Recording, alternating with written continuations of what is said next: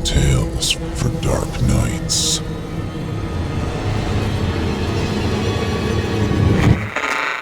Want to make sure you never miss a Chilling Tales for Dark Nights video again? Be sure to subscribe and hit that bell to turn on notifications. Hey, is it extra spooky out here tonight, or is it just me? I mean, the shadows from the tree limbs are like long creeping fingers, and the moon above is a malevolent eye, following my every move. And the gators swimming around here seem extra hungry. I know what this is all about. It's Halloween.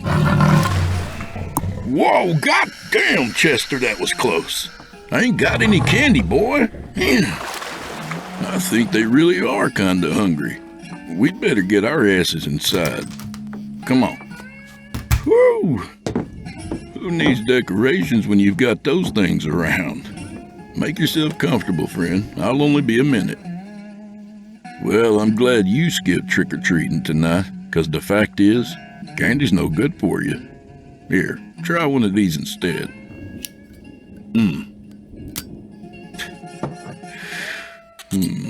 That's better. Sugar-free, can you believe it? And, of course, proper hydration is always paramount. All right, friends, let's smoke 'em if you got 'em and drink those glasses to the bottom, 'cause Drew Blood has a treat to unwrap. This is Season 1, Episode 5 of Drew Blood. You're listening to the standard edition of this program. If you'd like to show your support and enjoy ad-free versions of this and all our other episodes, as well as hundreds of tales from our audio archives dating back to 2012, visit simplyscarypodcast.com and click Patrons in the upper menu to sign up today to get instant access from our friends at Chilling Tales for Dark Nights. Thank you for your support. Those trick-or-treaters are getting soaked, aren't they? Well, that's nothing compared to what I've got in store for you. I've got one of the creepiest Halloween stories you're ever going to hear, and I doubt you'll forget it anytime soon. In fact, this one's going to creep back up on you every Halloween night, like a recurring nightmare for years and years to come. Tonight I welcome author Paul Gonzalez, who'll scare you worse than any Halloween costume. This story has been featured in Gothic Fantasy, Chilling Horror Stories, Halloween Tales, and on HeavyMetal.com. And now I bring it to you, Drew Blood style. From author Paul Gonzalez, I give you Worth the Having.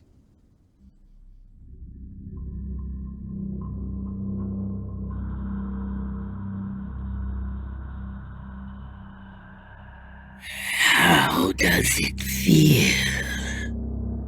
It asks this as it cuts deep into the inner thigh, flesh and fat zippering apart, its tongue probing into the fresh wound. How are you doing? The thing wouldn't want an answer even if there was one. It only wants screams. This is going to be worth it. You're going to love next year. This will make it worth the having. I used to wonder what could be worth this. The heat of its palms pushing legs apart. The cold, slow rivulets of saliva dripping down like icy syrup, washed away with slow impulses of hot blood.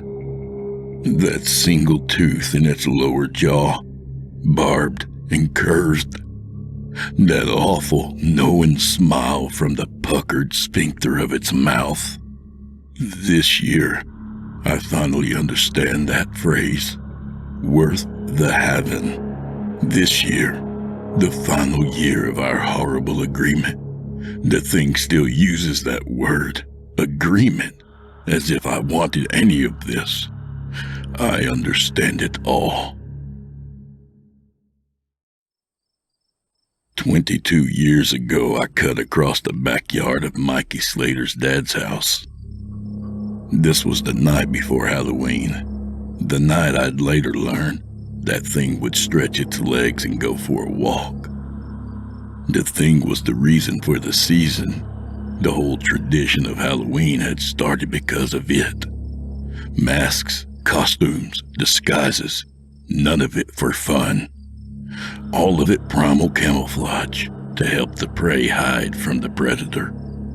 Nobody remembers that part of the tradition anymore.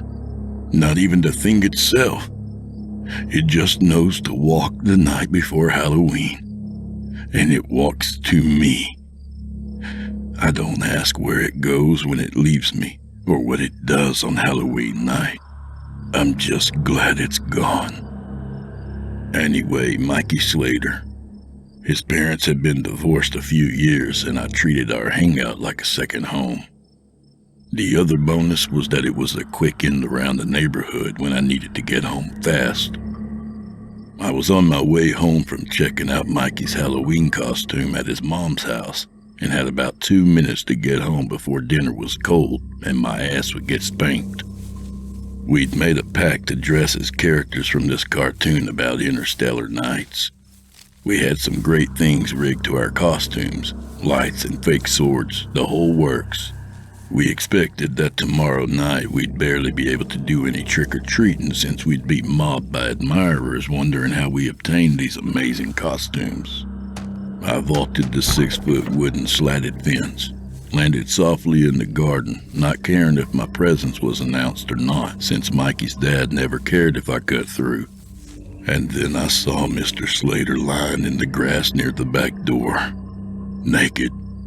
Another person straddled him, pinning his arms down. Pale skin, soft curves. It looked like a woman. The back did anyway. The head was too small and bald with a mohawk of downy feathers. And this silhouette dipped down, the head bobbing just above Mr. Slater's crotch. I was young, but not so young that I didn't have a small clue about what I might be seeing. I heard a whisper. Almost done. Almost done. Next year is going to be fantastic. This will all be worth it. And Mr. Slater replied, No more. There's nothing I want. Everything I want is gone. Occasionally he hissed, his breath stifling a scream. Pleasure wasn't part of this. No more, please. You must want something. It's you and I forever. If you don't want anything. And here the naked thing yanked a hand back from Mr. Slater's thigh. And that's when I noticed the blood and the flap of flayed skin that I'd initially mistaken for underwear pulled down. I tried to turn around, grabbed the fence to bail out. I wanted to get out of there, wanted to be home. You what? It whipped its head around at me, and I felt its voice in my head more than I heard it. Take him! Take him! Mr. Slater cried out, pointing at me. I can't explain any of what happened next. Can't explain the face I saw when I locked eyes with the thing. Can't explain the speed with which it moved. It crossed the yard in 3 hitching strides, seizing my ankles as I tried to get out of the yard. I flopped my upper body over the fence and struggled for anything to grab, to pull, to get free. I heard a whisper. No, felt it. Mine. One quick bite on my ankle. A burning pain, searing, electric. Make a wish before you go to bed. Think about what you want next year more than anything. We have an agreement now. It wasn't a question or an offer. It released me and I dropped to the ground in the alley behind the fence. I reached to my ankle. There was a fading flash of pain and burning, but no blood, no cut. Mikey's dad came stumbling around the corner, wearing nothing but a pair of shorts, holding a handgun. Is it still here? Is it? I said nothing. What could I say? What the hell was happening? My God, if you hadn't shown up, I'm free. He smiled at me and turned away. There was a flash in his eyes, a moment where he was teetering between life and death. That gun, the fulcrum between finishing something very bad or starting something new. His hand rose slowly. But don't. Mikey. Those were the only 3 words in the mess behind my lips that could break through. It was enough. His hand swung free and heavy. I'm sorry. I'm so sorry. Try to think of good things for yourself. He looked at the gun again. What the hell was I gonna do with this thing? Don't ever think about trying to kill it, whatever you do. Just take what you have coming, and then think of good things for yourself. I barely remembered getting home. By the time I was through my front door, the details were hazy. My ankle was fine. No cut, no scab, not even a scratch. I slid into bed, trying to remember the thing, the face, the hands, anything. But it was all gone. A haze. My gaze drifted over the shelves around my room, the random toys scattered around. The baseball bat leaning against the corner. I hopped out of bed and brought it close by, feeling like it would keep me safe, not knowing from what. As I drifted off that night, my last thought was about Little League and my wish that I wasn't too damn fat to play shortstop. That's good enough. A whisper shot through the center of my brain. Cold sweat broke over my upper lip, then calmness, then sleep. When I woke up the next morning, I'd forgotten the previous night completely. I was full of energy, light on my feet. I felt ready to take on the world. Things felt a little darker in the afternoon as I walked by Mr. Slater's house on my way to Mikey's, but I couldn't quite peg why. I saw him sitting on his porch, a strange smile on his face. I kept moving, and that night was a Halloween much like any other. The following year, I dropped a lot of weight, got faster, made the team. Didn't think of how or why, just attributed it to hard work and eating right. Then early October came, and I found a postcard on my pillow when I got home from school. I'd like to say I got cold chills when I picked it up, or that it felt like flesh or leathery hide. But no, just plain cheap cardboard, typed in a neat white font on one side. It read, Halloween is almost here. Did you have a good year? What do you want next year? Think hard. Make it worth the having. I wanted to show the card to my mom, but by the time she got home from work, it was gone. Every time anyone brought up Halloween, this icicle of dread would rocket down my spine, and then disappear in a haze of thoughts about candy and costumes, an itch at the back of my mind that I couldn't quite scratch. The night before Halloween, laying my costume out before going to bed, my only thoughts were on candy and sneaking around in the dark. It was 2 in the morning when I woke to a great weight on top of me, pushing the blankets down tight and cocooning me inside. I opened my eyes to see a silhouette, slight shoulders that were a bit too sharp, full breasts that seemed too round, slender arms that pinned me down. It was too dark to see details. I tried to cry out for my parents, but the thing lifted a hand to my mouth, cold, boneless fingers clamping down. The palm spread like cold jelly as the thing drew its hand back, forcing one, then two fingers into my mouth. There was a texture to the bottom of them, something between a snake's belly and octopus suction pads.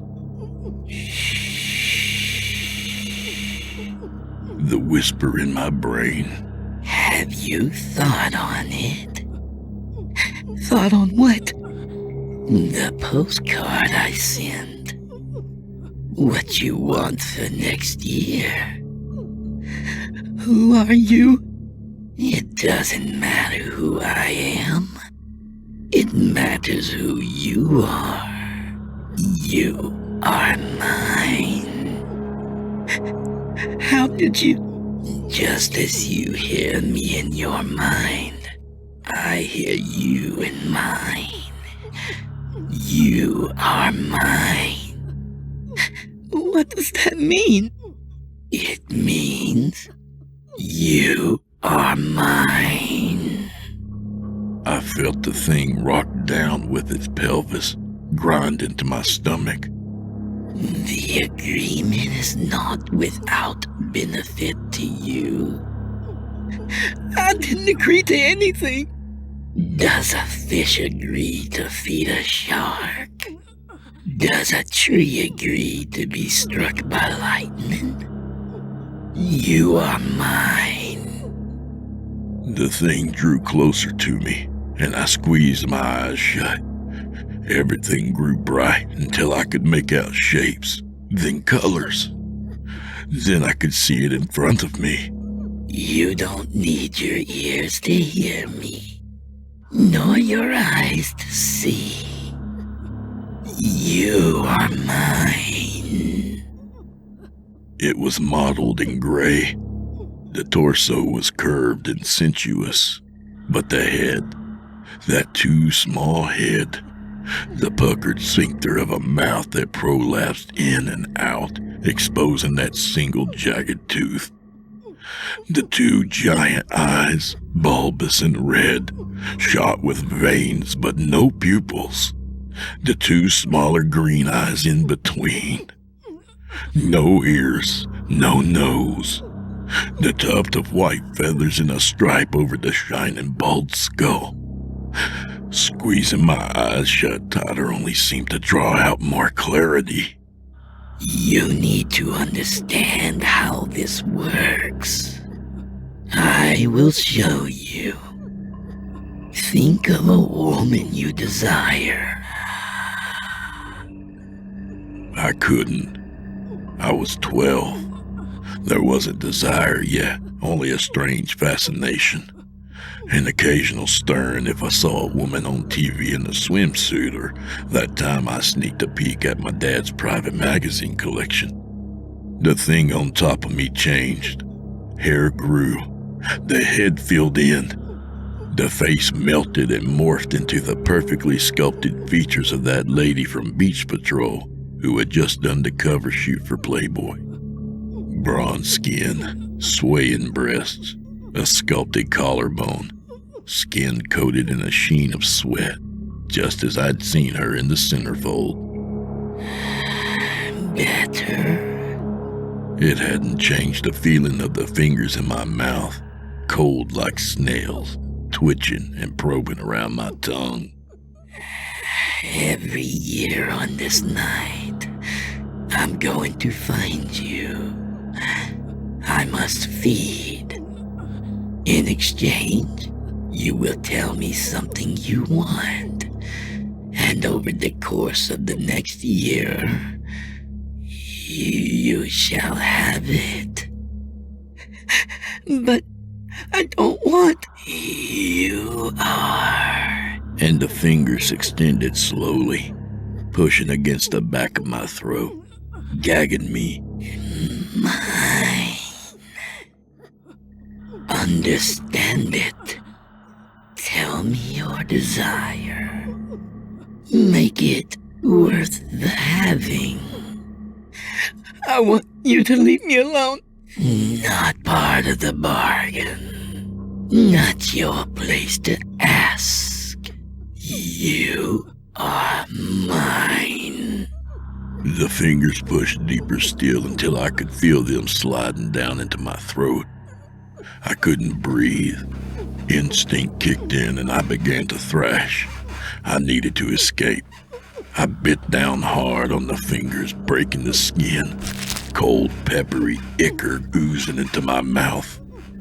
The thing didn't draw back. It moaned, reached up with its other hand and caressed itself. More. It pushed hard on my mouth, wanting me to bite. I let my jaw go slack. It sighed, the kind of sigh I was too young to understand as sexually frustrated, and its fingers pulled back. I felt my lungs suck in air. I thought I was going to die. Thoughts of school crossed my mind. Thoughts of family trips I'd never get to take. I'd never get to see Disney World. Is that something you desire? I nodded in spite of myself. The thing on top of me slowly morphed back to its original form, spinning around on my body so I could only see its back. I felt it pulling at the sheets covering my feet. I want you to think harder next year. Make it good. Make it worth the having. This is scarcely worth a toe, let alone two. What? And I felt the cold fingers of one hand clamp down on my ankle, while the other fingers slithered down between my toes, constricting them, spreading them apart. No, I said. No. Please don't. Next year you will remember this and understand what it means when I say, make it worth the having. Its head lowered and its lips wrapped around my big toe. It sucked once, twice, then clamped down with a force I can't describe. That single tooth razored into the meat of my toe and flicked, cutting, tearing. I screamed. I had to have screamed, but there was no sound. I could feel the blood pumping out of my toe, feel the vibrations of serrated tooth on bone, clamping, twisting, pulling, until it was all electricity and cold air. The thing turned to me and pursed its lips. It showed me my toe, sucking it so it bobbed in and out of its mouth before tipping its head back and swallowing. The opening between its legs pulsed and shuddered, cold slime pulling onto my sheets. It sighed. One more. This time I did get a scream out. A small yelp as it latched onto my second toe and began chewing again. Its leg cracked and bent around at an impossible angle until its foot was over my mouth, spreading like taffy, covering my nose and lips so that no sound could escape, no breath could enter. There was no smell, just electric pain, vibrant agony, a crack, a tear, and more cold air. The second toe went much easier than the first. The creature arched its back and swallowed, ripples shivering down its flanks as it came again. It spun, bringing its face close to mine. I squeezed my eyes shut to no effect. Enjoy your trip. Next year, think harder. Without moving its torso, it raised one leg, stretched it toward my windowsill, Gripping hard, it pulled itself up and out into the night. I stared down over my soaked sheets at my foot. The silhouette in the dark room danced through the purple lightning of pain. It didn't seem to be bleeding. It didn't hurt. I didn't pass out from the pain. I passed out when I tried to count my toes and had to stop at 3.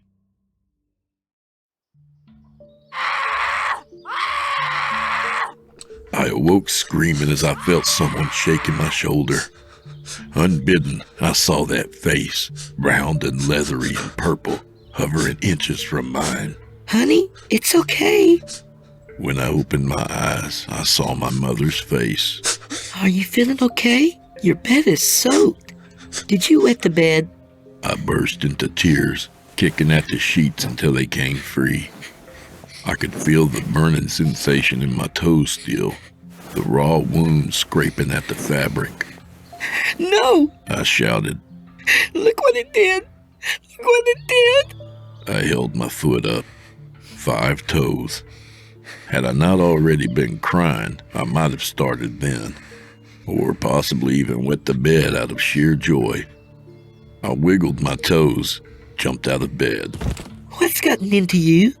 My big toe was a bit red. My second toe had a definite hard ridge beneath the skin like a scar, but they were there. They were back. I was whole. My toes were mine. Did you stub your toe last night? My mom grabbed my foot, poking at my toes. No pain. No, Ow! There was a scab on the underside of my big toe. Damp sheets, no blood, 5 toes. You need to get up and be more careful. You get a cut like that, you show me, okay? Otherwise it could get infected and you might lose your toes. You wouldn't want that, would you? I blanched. You need to get up. It's Halloween. Big breakfast to fuel up for a big night, right? Her hand sank into the dampness on my sheet, the essence that the creature had left behind in its ecstasy. Her eyes became vacant, distant, as she pulled the sheet off and bunched them on the floor. Well, I'll wash these later. You go run along. She absently licked at her fingers as she left. By the time I made it downstairs for breakfast, I'd forgotten about my aching toes. By the time I was out the door, my sheets were in the wash and my mind was on Halloween. The events of the evening never returned to traumatize me. I don't remember much of the school year that followed, but I remember our vacation. The best we had ever had as a family. I remember years later my parents telling me that the trip had been a new beginning for them, bringing them out of a rough patch that I had been blissfully unaware of. The next year, when Halloween drew close, I got another card, this time in my lunchbox at school. Matte black, bearing only the reminder. Make it worth the having. Reading those words instantly sent a spasm of pain through my foot and up my spine. I couldn't see the creature in mine, but it was omnipresent. That assault, that pain, and the reward it brought. The night before Halloween that year, I asked if I could sleep in my parents' room, and as soon as the question left my mouth, a whisper buzzed through my brain. Oh no, don't make them watch. Why would you do that to them? So I didn't. I slept in my closet that year thinking it might not find me, but I was wrong. I could explain this, break it down year by year and tell what happened, but that's not what I'm going to do. It's about that phrase, make it worth the having. That second time, it stood at the door of my closet, towering over me, taking on features it must have thought looked friendly. The face shifting from Santa Claus to Jesus to cartoon mice and rabbits. I don't want you to go through this for nothing. Think big. Please stop. I'll stop when I'm full and finished, and I'll still come back next year. Don't wish for toys. Don't wish for things for other people. Think of yourself. Remember our meeting last year, and know what's about to happen will be far worse than a few toes. Don't let this happen for nothing. Make it worth the... I screamed hard, muffled by the gelatinous glob of fingers it had forced into my mouth again. I just wanted it to shut up. I never wanted to hear that phrase again, but I knew I would. I knew this, all of this, would be happening again and again. That's a big burden to put on the shoulders of a child, right? Have almost anything you want in exchange for giving the thing what it wants. That's not accurate. In exchange for the thing taking what it wants. I mean, what can a child think of that would be worth that? The second year, all I could think of was sports cars. It made me try again. Why ask for something I couldn't legally use? Millions of dollars? Same thing. It had to be personal. So the second year, I wished to be the fastest, strongest kid in my school. Done. And in exchange for that, for the next 60 minutes, the creature flayed my arms and legs with that horrible tooth, peeled back my skin and chose 3 strands of exposed muscle from each limb, snapping them near one tendon and pulling them out like spaghetti, lifting it as high as it would go before placing the strand in its mouth and sucking it down greedily, biting off the other end at the tendon. It held its gelatinous foot over my mouth the whole time, tiny suction foot pads inhaling the screams that never made it into the night. Blood everywhere. Pain like I had never felt, to that point anyway. When it was done, it left me wide open like a biology class project pinned to a tray, trying to sleep and failing miserably. I passed out at some point and woke up in the morning, mildly sore but fully intact, testing out my newfound strength on my dad's weight bench by the end of the day. By the end of the week, I was running home from school without breaking a sweat. By the end of the school year, I was medaling in every sport I chose. When October rolled around and the black postcard fell out of a library book I pulled from the shelf, the sinking dread in my stomach was almost matched by the excitement of the next thing I planned to ask for. That night, it ate half of one of my kidneys. Once it managed to pull the organ free, it wasn't so bad, but getting there was sheer hell. 14 years old, I made the wish any hormonally rampaging boy would, and that year, I got every girl I was interested in. Was it worth it? Hard to say. But that year I came to understand that I was addicted, that I understood what worth the having meant, and that my life was going to improve. I thought I had it all figured out. I had to try something new, despite seeing the thing lick its lips, despite seeing the horrible tongue dance over that single stupid tooth and the puckered maw it called a mouth. Something new was too enticing to resist. Year by year, piece by piece, I was going to become a better man. Everything that's happened in my life is a bit of a blur, but not those nights.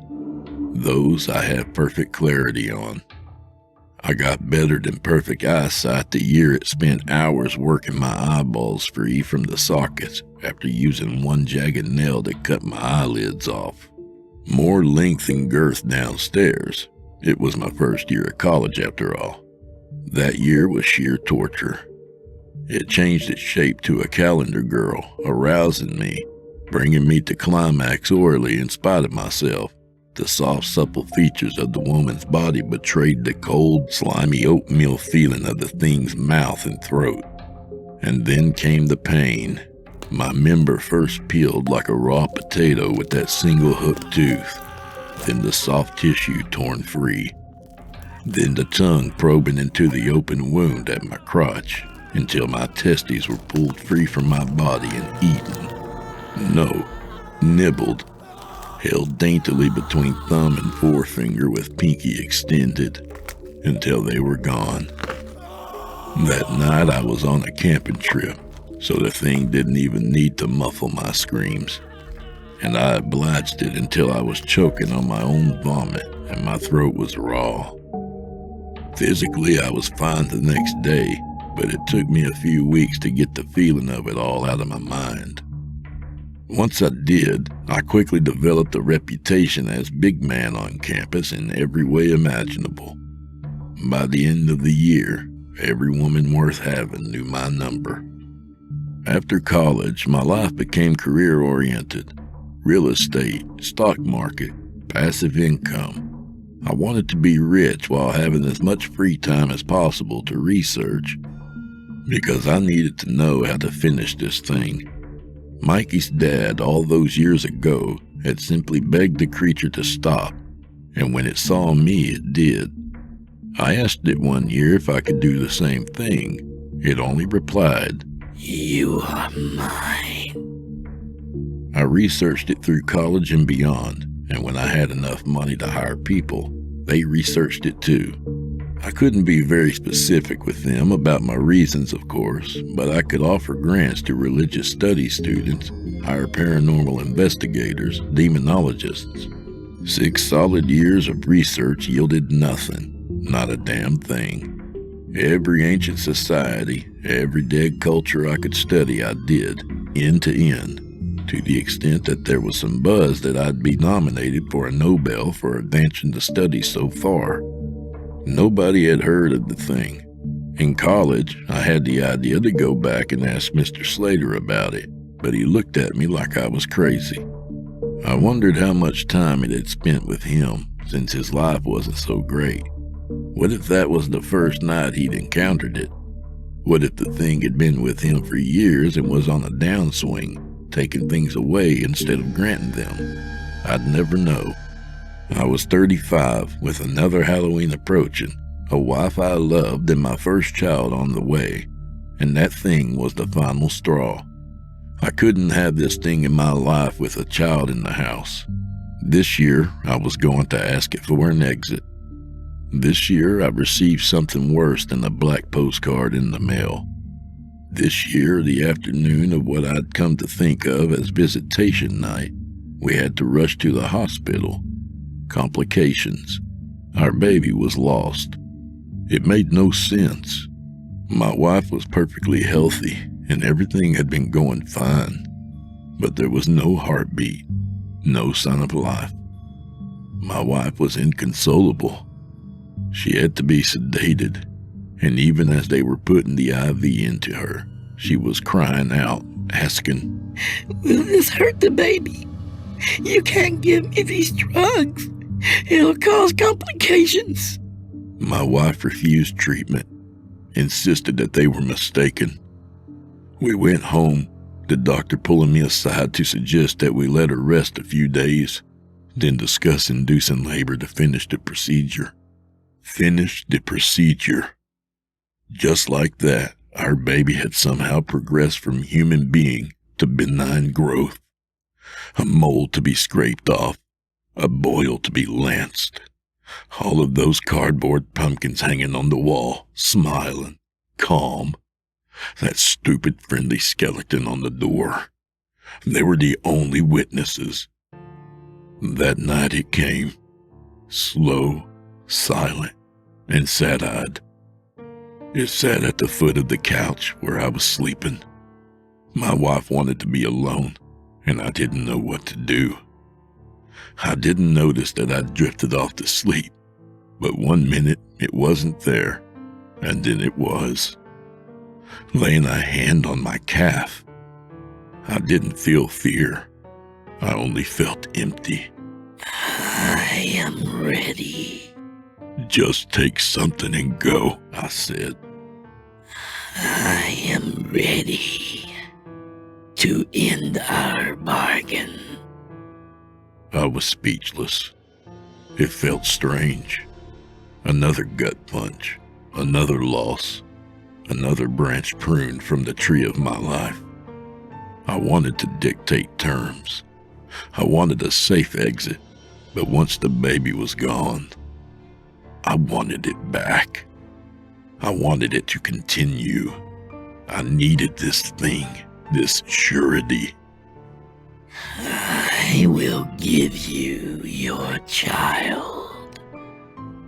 What? I will give you your child. I will take it. I will be the surrogate. Tomorrow, you will be a father. It wasn't a question or an offer. But my wife can't... She will remember nothing. I don't want this. You can't have it, my child. You can't. It's done. Have I ever asked your permission for anything? The bargain ends because I say so. You are mine. Tomorrow, you will be a father. It led me to the bedroom, made me open the door, made sure my wife... I can't describe the look I saw on her face, how she instinctively curled her arms over her stomach, how her feral glare burned through me until it came into the room. Then she froze and softened and looked at me, her lower jaw working, trying to get out a question, to ask me what was happening. It mounted her, stretching its arms out and wrapped those rubbery cold fingers around her wrists, pinned her legs down, didn't bother to cover her mouth because there was nobody to disturb with her screams. All I could do was watch, and I knew what it felt like. I knew exactly what she was going through. I chuckled in spite of myself that she'd never be able to hold the pain of this childbirth over my head. That single tooth tore her nightshirt open. That sphincter mouth traced kisses down her collarbone, between her breasts, suckling at her nipples until milk started to flow. Then it moved lower, elbows and shoulders dislocating so it could keep her pinned down. Not that she was fighting at this point, only staring at me with wide eyes, panting for air until the thing's mouth reached her thighs. How does it feel? It asks this as it cuts deep into the inner thigh, flesh and fat zippering apart, its tongue probing into the fresh wound. How are you doing? The thing wouldn't want an answer even if there was one. It only wants screams. This is going to be worth it. You're going to love next year. This will make it worth the having. Its head stretched thin, narrowing impossibly at the mouth, the entire face a tubular beak, a hard proboscis that poked at her vulva until it found its way inside. She screamed then, my wife. I couldn't do nothing but watch it root, the heat of its palms pushing her legs apart, the cold, slow rivulets of saliva dripping down her sides like icy syrup, washed away with the regular and slow pulses of her hot blood. That single tooth in her lower jaw, barbed and curved, that awful knowing smile from the pucker of its mouth as it comes up for air, slowly retracting its head to stare at me, neck bent round the wrong way, slime coating its face. It made that hideous ring mouth into an imitation of a smile. It's a boy. It plunged its beak into her stomach, slicing through skin and fat and muscle, splaying her open. Cold gray slime oozed down her, mixing and pulling with her blood. That ringing in my ears isn't ringing. It's her screaming for the baby, screaming my name, cursing me, even as it lowered its face to her flayed abdomen and forced its head inside. Its back lurched up once, twice, as if taking great gulping swallows, and then it came, orgasmic shudders rippling through its spine as it straightened and stood up from the bed, staring at me, one hand cupping its swollen belly. It caressed my cheek, pushed a finger inside my mouth, pressed until my knees buckled. It lowered me onto the bed beside my wife. Tears streamed from her eyes, her organs warm and wet against my stomach. I reached out to her, stupidly, tried to cradle her in my arms. The thing stood above us and arched its back, convulsing, straining, eyes swelling until the veins that laced them burst and bloody tears flowed. It straddled her, crouching lower and lower until it positioned its vagina above my wife's open torso. It pushed until it came, until a child came. A membranous sac slid out of its dilated opening and landed inside my wife. I saw through the pale pink membrane its face, calm and serene, sleeping. I woke to her screams, my wife clutching my arm and saying, It's time. Holy shit, it's time. They were wrong. My water broke. Do you feel it? I climbed from the bed, soaked, but not in her blood, but amniotic fluid. Aside from that, the sheets were clean in a way my memory could never be. And we drove to the hospital, and I strode through the doors like a champion, pushing her wheelchair through the throng gathered there. I stared at the confused faces of the nurses and doctors and told them it was time. They checked signs. They double-checked charts. They made me sign waivers promising not to sue over all the stillbirth confusion. These things happen sometimes. We will, of course, be paying you for your pain and suffering in exchange for... I told them to shut the fuck up and do their job. We could discuss it later. There would be a later. There would be a rest of our lives, and that's all that mattered. You are all that mattered. Our son. My son. Mine. I'm telling you all of this now before you understand it, because I never want you to hear it again. I never want you to know about any of this. It's gone. It's gone and it won't come back. It always keeps its promises. You're in my arms with your perfect eyes, your ruddy cheeks, and I love you. More than anything. More than everything. I'm laughing at your gurgles, your tiny nose twitching, your perfect little ruby lips when they stretch into that smile, that same kind of goofy smile your mother gets, your happy little gummy mouth that looks perfect and normal, except for that one thing that confused the doctors. That single, smooth, tiny tooth breaking through your lower gums. Doctors say this isn't unusual. They call them natal teeth. I know better. You yawn wide, showing me that tiny ivory blade. And you stare at me placidly. And I can only think, worth the having.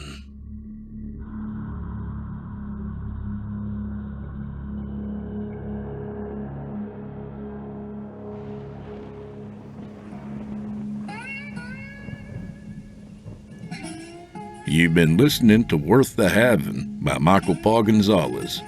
Was it worth the hearing? I hope so, because some stories come back to haunt you, whether you agreed to it or not. And since we've got an agreement that you'll hit that thumbs up button and or leave me a 5-star review and a nice comment, well, you better go ahead and do that. You're mine. A little about the author. Paul Gonzalez is the author of the novels Beneath the Salton Sea, Angel Falls, and Miss Massacre's Guide to Murder and Vengeance, and creator of the serial horror audio drama podcast, Larkspur Underground. A member of the Horror Writer Association, his short stories have appeared in various places in print and online.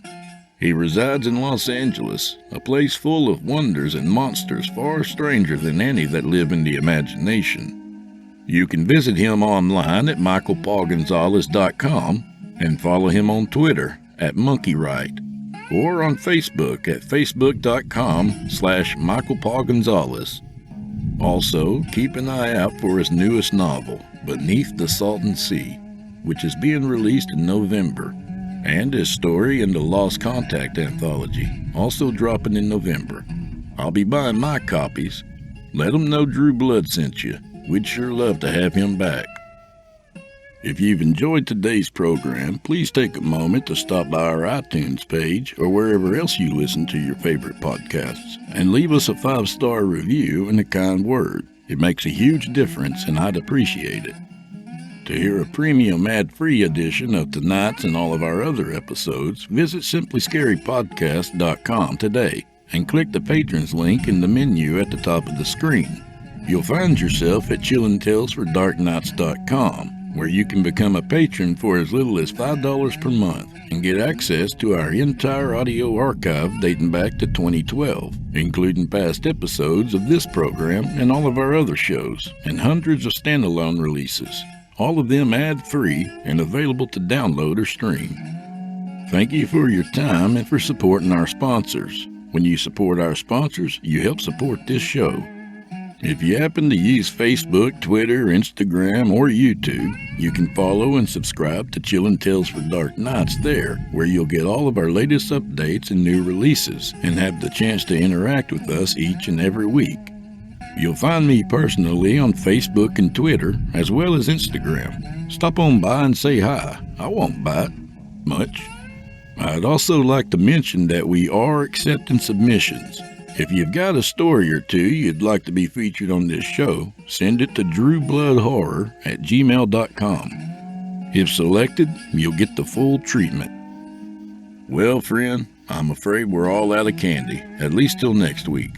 So grab a drink for the road if you want, but watch your step on the way out.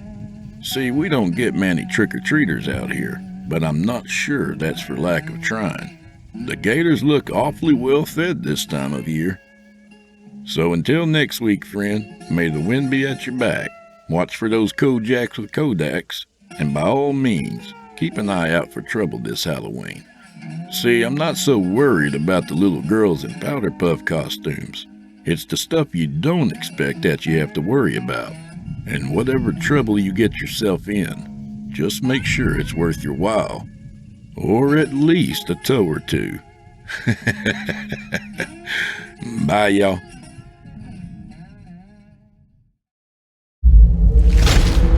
Chilling Tales for Dark Nights.